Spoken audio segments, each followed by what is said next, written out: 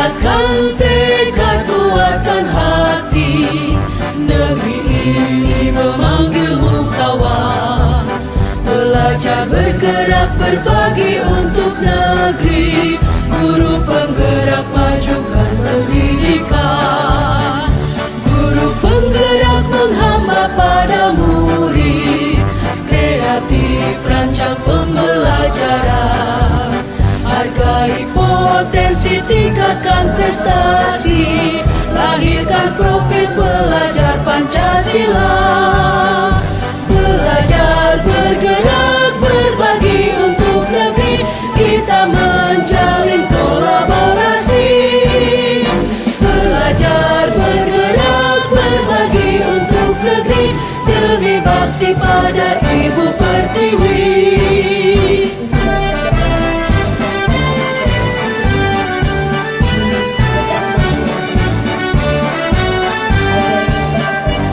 Bulatkan tekad, kuatkan hati, negeri ini memanggilmu kawan. Belajar, bergerak, berbagi untuk negeri. Guru penggerak, majukan pendidikan. Guru penggerak menghamba pada murid. Kreatif, rancang pembelajaran. Hargai potensi, tingkatkan prestasi. Lahirkan profil pelajar Pancasila. Belajar, bergerak, berbagi untuk negeri. Kita menjalin kolaborasi. Belajar, bergerak, berbagi untuk negeri. Demi bakti pada Ibu Pertiwi. Belajar, bergerak, berbagi untuk negeri. Kita menjalin kolaborasi. Belajar, bergerak, berbagi untuk negeri. Demi bakti pada Ibu Pertiwi. Demi bakti pada Ibu Pertiwi.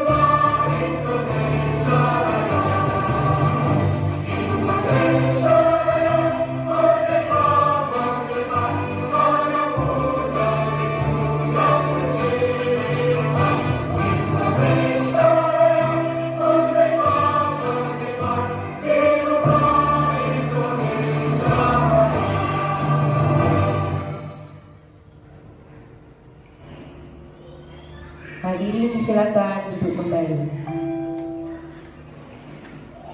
Acara yang selanjutnya adalah sosialisasi budaya positif yang akan disampaikan oleh Ibu Yaumi, calon guru penggerak angkatan ke-7 dari Kabupaten Kediri. Kepada Ibu Yaumi disilakan.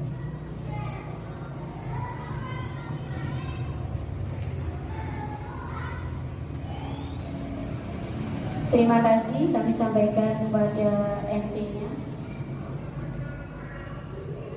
Assalamualaikum warahmatullahi wabarakatuh. Waalaikumsalam warahmatullahi wabarakatuh. A'udzu billahi minasyaitonir rajim. Bismillahirrahmanirrahim.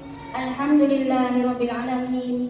Wassalatu wassalamu ala asrofil anbiya'i wal mursalin. La haula wala quwata illa billahil aliyyil azim. Amma ba'du.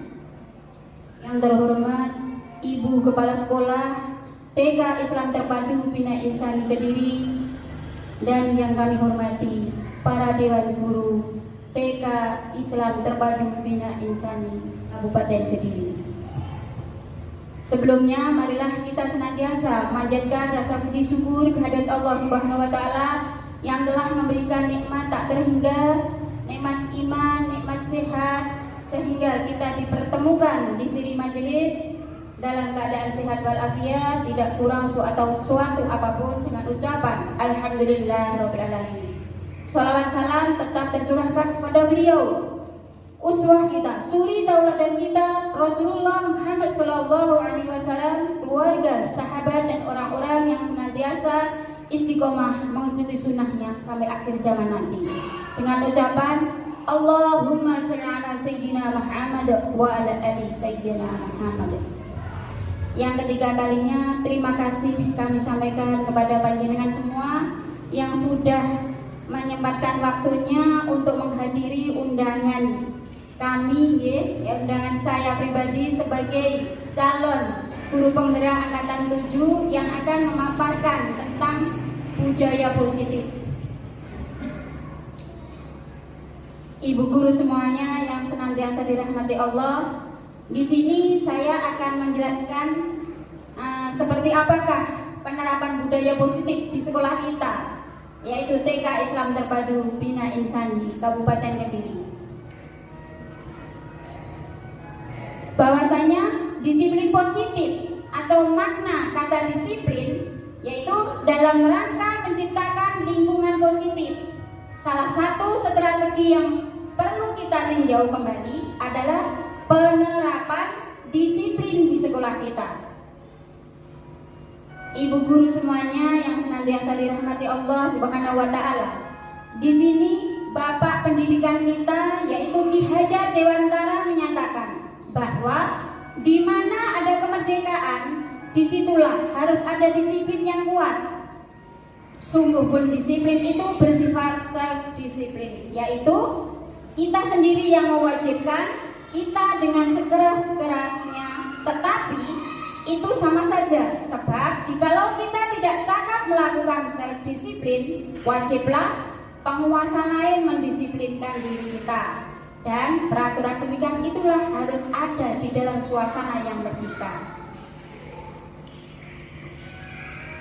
Sebagai pendidik, tujuan kita adalah menciptakan anak-anak yang memiliki disiplin diri, sehingga mereka bisa berperilaku dengan mengacu pada nilai-nilai kebajikan universal dan memiliki motivasi intrinsik, bukan ekstrinsik. Kalau intrinsik itu adalah motivasi yang berasal dari dalam diri anak-anak sendiri. Tapi kalau ekstrinsik adalah yang berasal dari luar. Mungkin sebelum melanjutkan tentang makna disiplin, sebagaimana kata Bapak pendidikan kita ya dalam semboyannya, engarso tunggulodo, engmadio mangunkarso tutwuri handayani. Di sini kita sebagai guru, apalagi guru PAUD ya, engarso sunggulodo adalah kita memberikan contoh yang baik kepada anak didik. Kemudian engarso sunggulodo, engmadio mangunkarso. Di saat di tengah-tengah kita memberikan motivasi kepada anak-anak. Kemudian tutwuri handayani. Di saat kita berada di belakangnya anak-anak, kita memberikan dorongan yang baik kepada anak didik kita.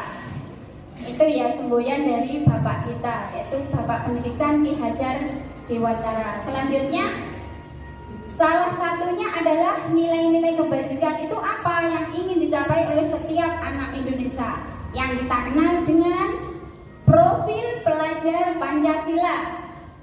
Di sini sekarang kurikulum kita ya, kurikulum merdeka kita, insya Allah panjenengan semuanya sudah paham dengan profil pelajar Pancasila yang meliputi pertama beriman, kemudian bertakwa kepada Tuhan Yang Maha Esa, selanjutnya berakhlak mulia, mandiri, bernalar kritis, berkebinekaan global, bergotong royong, dan juga kreatif.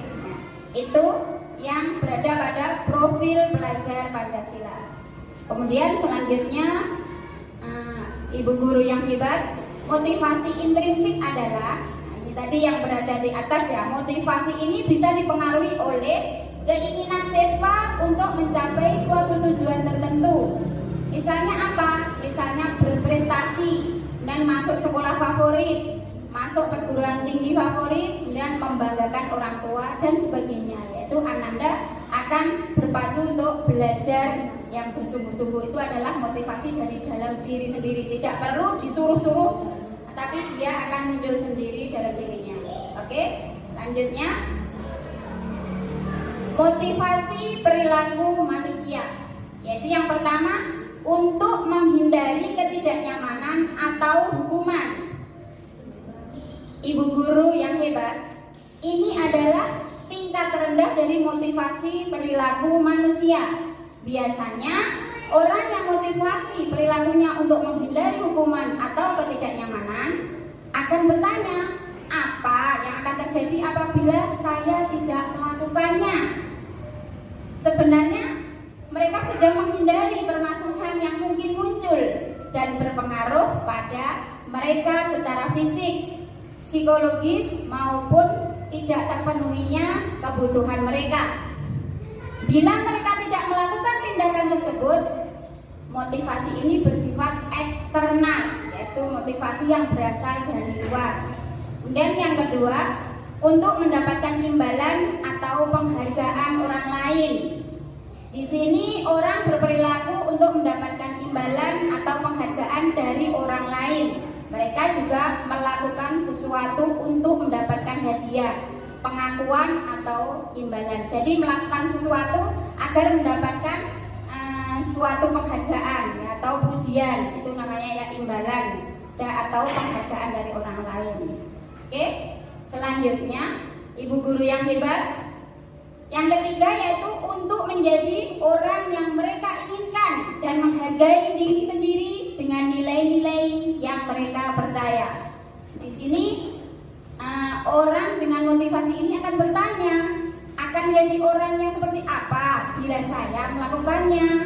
Mereka melakukan sesuatu karena nilai-nilai yang mereka yakini dan hargai, dan mereka melakukannya karena mereka ingin menjadi orang yang melakukan nilai-nilai yang mereka yakini tersebut. Ini adalah motivasi yang akan membuat seseorang memiliki disiplin positif, karena motivasi berperilakunya bersifat internal dan bukan eksternal. Yang tadi internal yang berasal dari dalam diri pribadi atau diri sendiri. Kemudian ibu guru yang hebat, yaitu tujuan dari disiplin positif adalah menanamkan motivasi yang ketiga pada murid-murid kita, yaitu untuk menjadi orang yang mereka inginkan dan menghargai diri sendiri dengan nilai-nilai yang mereka percaya. Ketika murid-murid kita memiliki motivasi tersebut, mereka telah memotivasi intrinsik yang berdampak jangka panjang. Motivasi yang tidak akan terpengaruh pada adanya hukuman atau hadiah. Nah, ini yang berasal dari dalam dirinya sendiri. Jadi muncul ingin belajar dia untuk mendapatkan prestasi agar nanti mendapatkan hadiah dari orang tua atau guru, itu masih mengharapkan imbalan. Tapi kalau dalam diri sendiri, aku ingin belajar sungguh-sungguh, berasal dari dalam dirinya sendiri ya. Kemudian mereka akan tetap berperilaku baik dan berlandaskan nilai-nilai kebajikan, karena mereka ingin menjadi orang yang menjunjung tinggi nilai-nilai yang mereka hargai. Itu ya, jadi bedanya motivasi yang berasal dari dalam diri dan juga dari luar. Kalau dalam diri seperti tadi dijelaskan muncul dari dalam diri kita tidak mengharapkan imbalan atau penghargaan.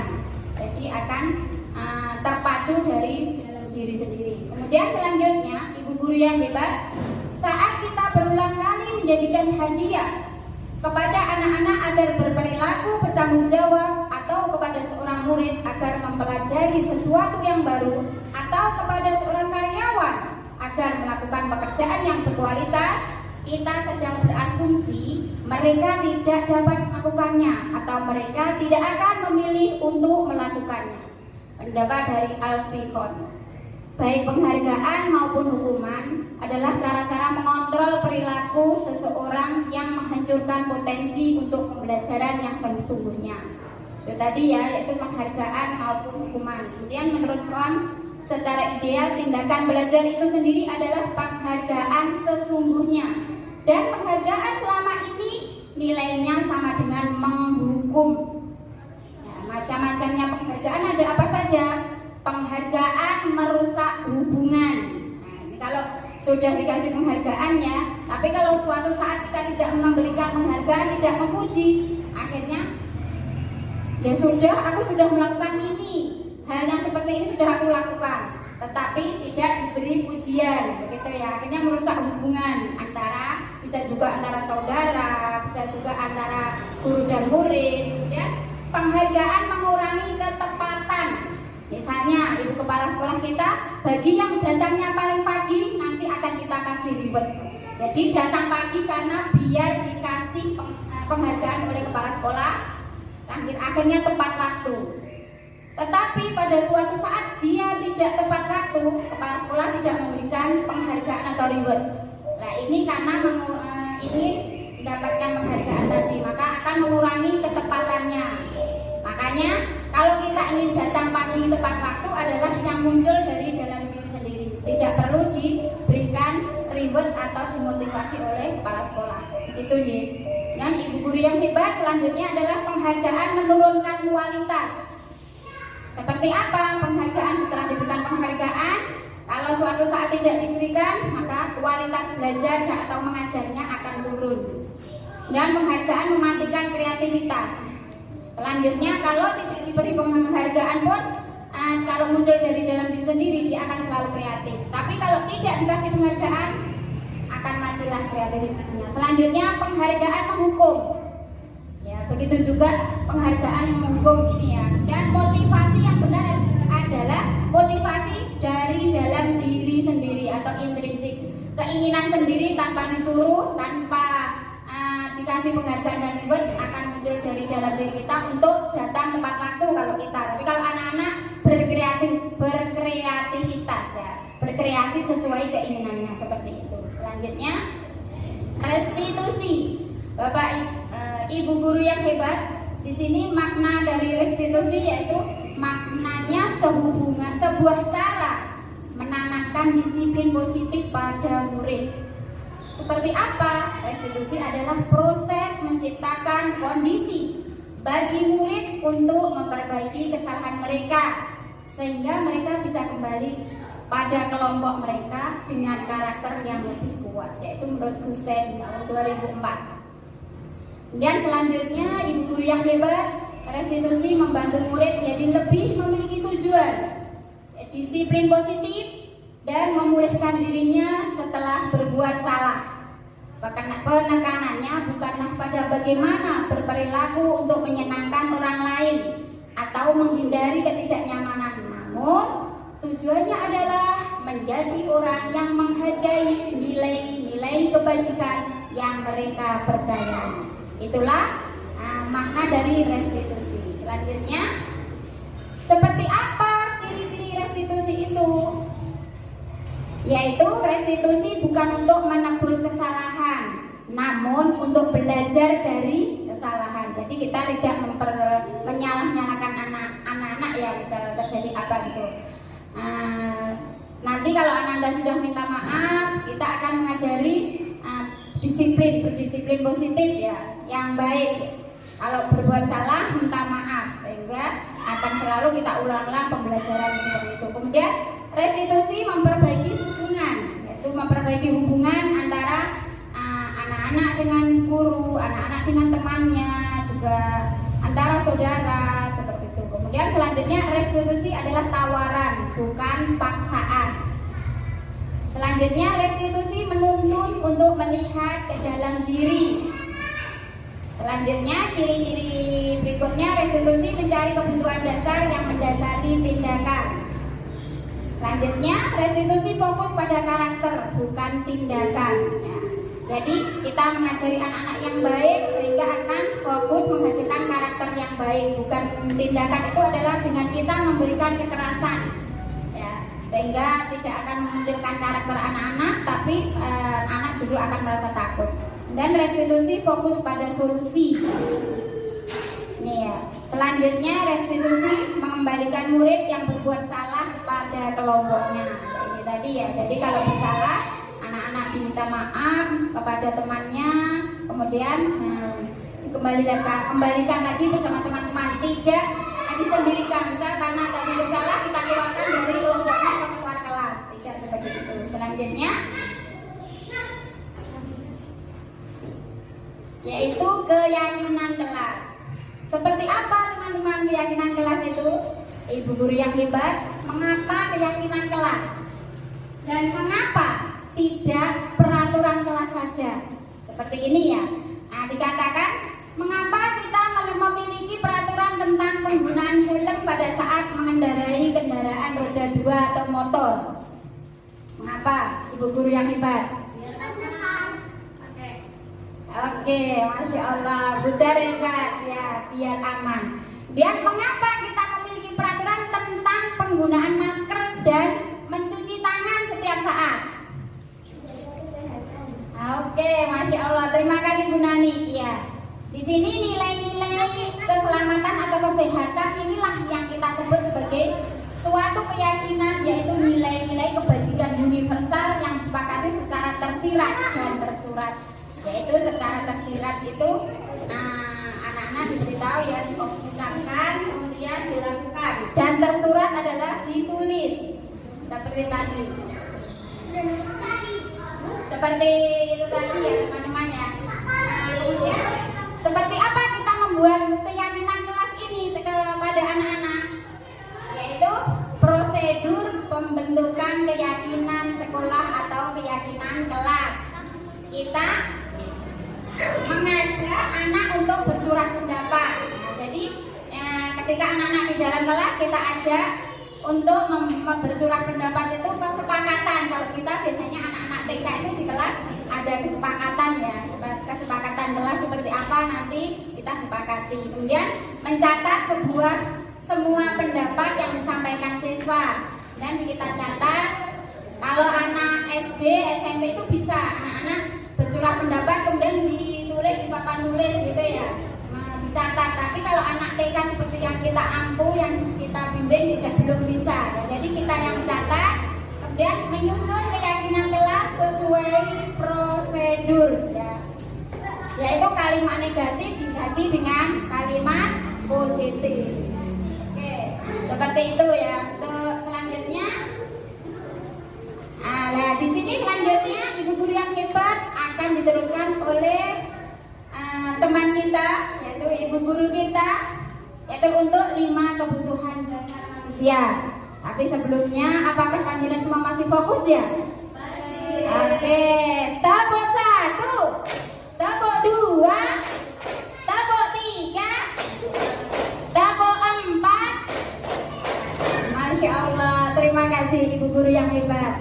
Untuk 5 kebutuhan dasar manusia akan dilanjutkan oleh teman kita, yaitu Ibu Iin Cahyati Mu'alifah, juga calon guru penggerak angkatan 7. Monggo Bu Iin, kami persilakan.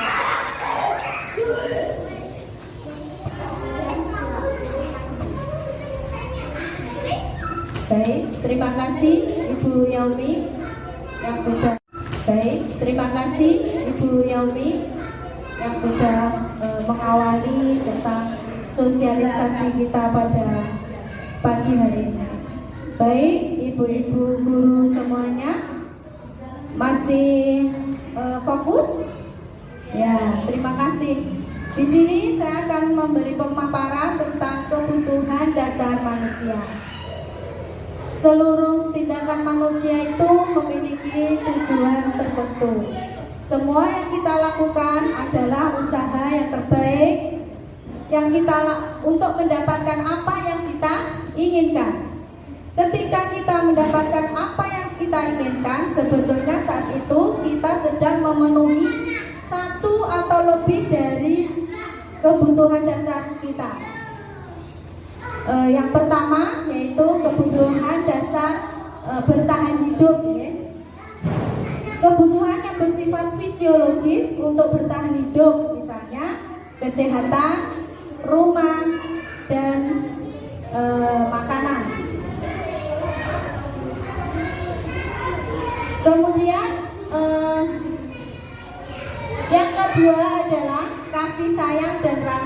menerima, kebutuhan untuk diterima. Semua kita kan membutuhkan rasa kasih sayang gitu ya, rasa aman dan nyaman, baik itu di dalam keluarga maupun di dalam masyarakat.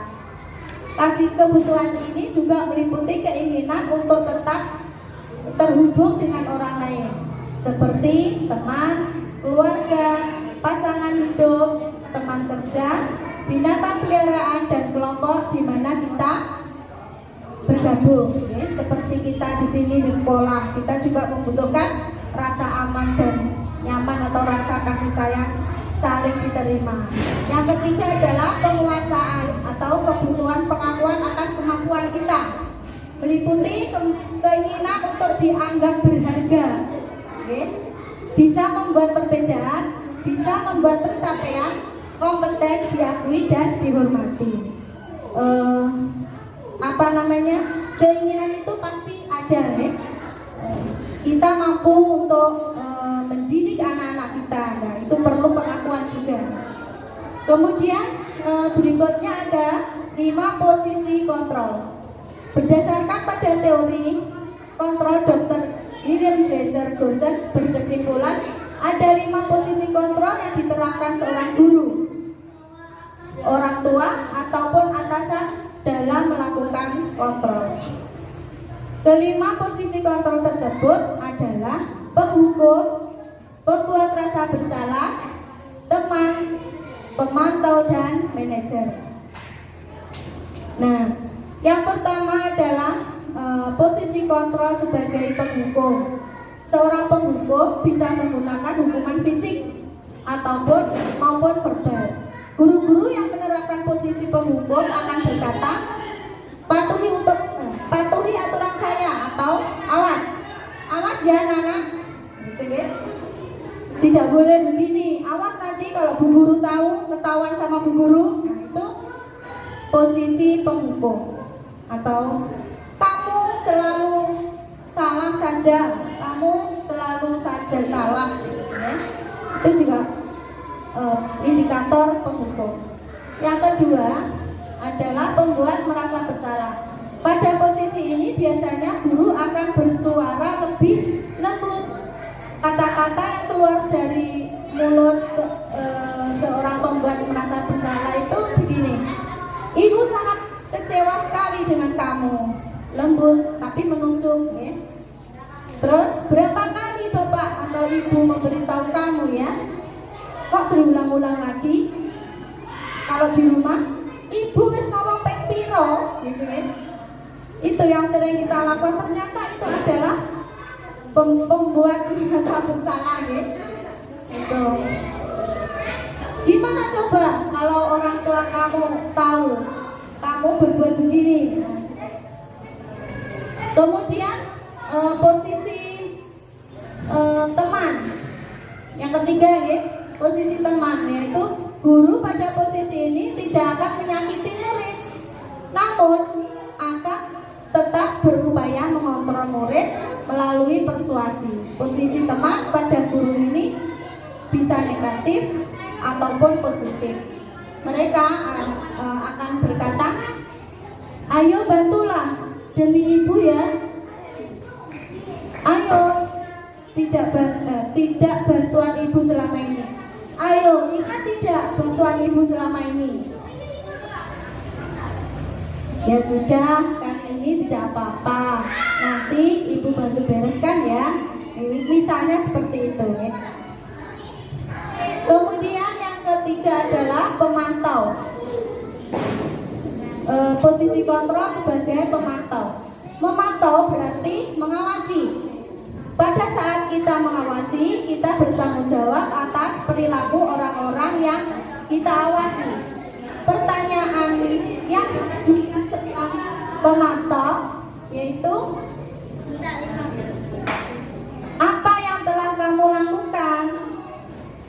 Terus sanksi dan konsekuensinya apa? Seorang pemantau sangat mengandalkan perhitungan catatan data yang dapat digunakan sebagai bukti atas perilaku seseorang. Yang keempat yaitu manajer. Posisi terakhir yaitu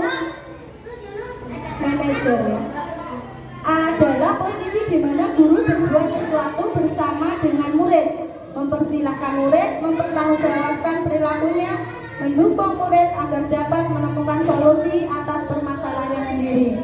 Apabila kita menginginkan murid-murid kita menjadi manusia yang merdeka, marilah tanggung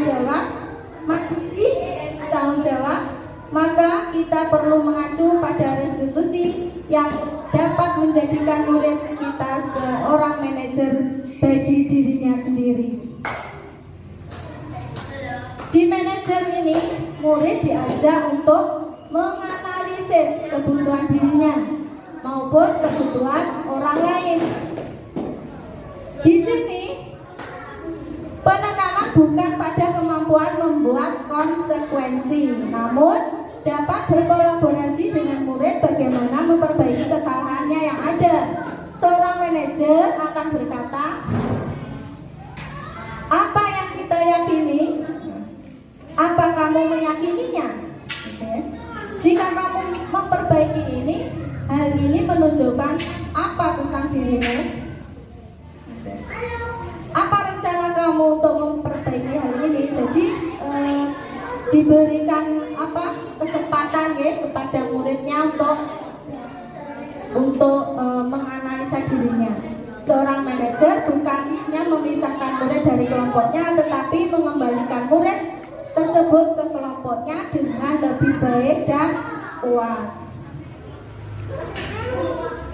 Kemudian yaitu segitiga restitusi, yaitu menstabilkan identitas, bertujuan untuk mengubah identitas anak dari orang yang gagal karena melakukan kesalahan menjadi orang yang sukses.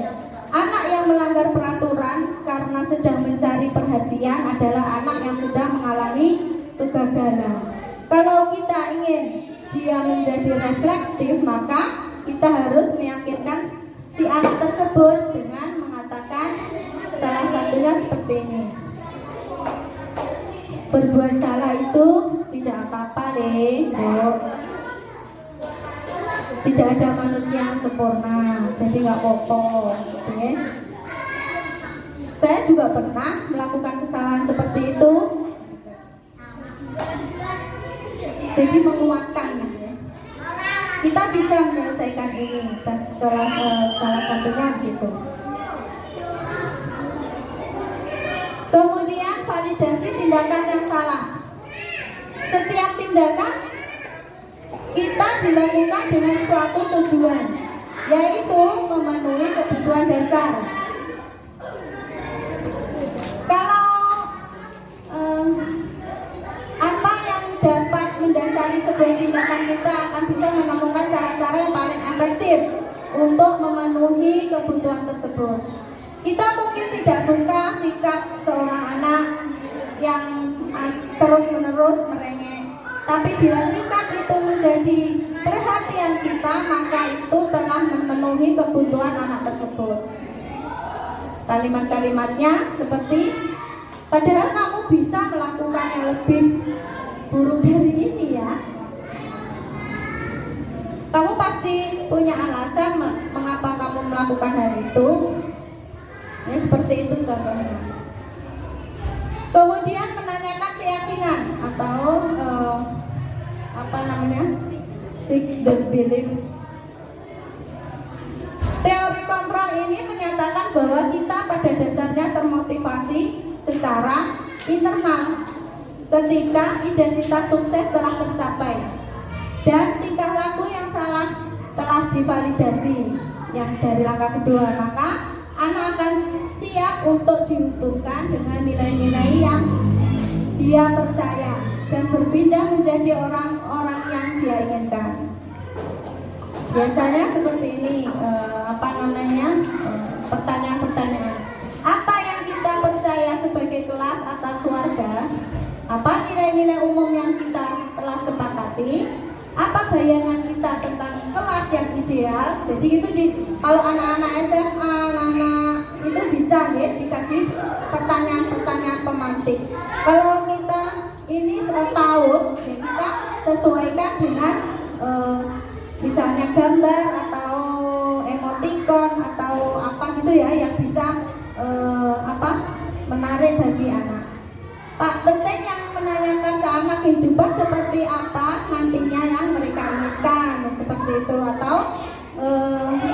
keyakinan kelas tuh, di kelas itu kita seharusnya seperti apa, kita membuat kesepakatan kepada anak bersama anak-anak.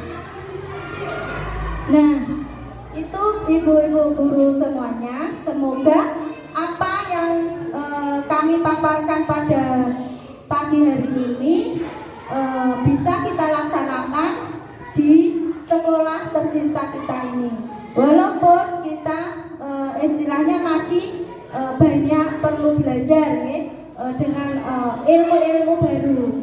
Semoga apa yang kita rencanakan bisa berjalan dengan lancar. Demikian paparan kami. Mohon maaf jika banyak kekurangan.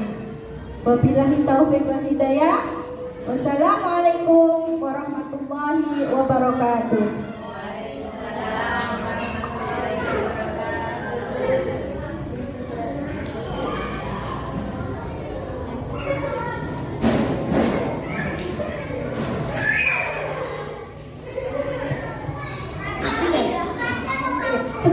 Sebentar, berubah.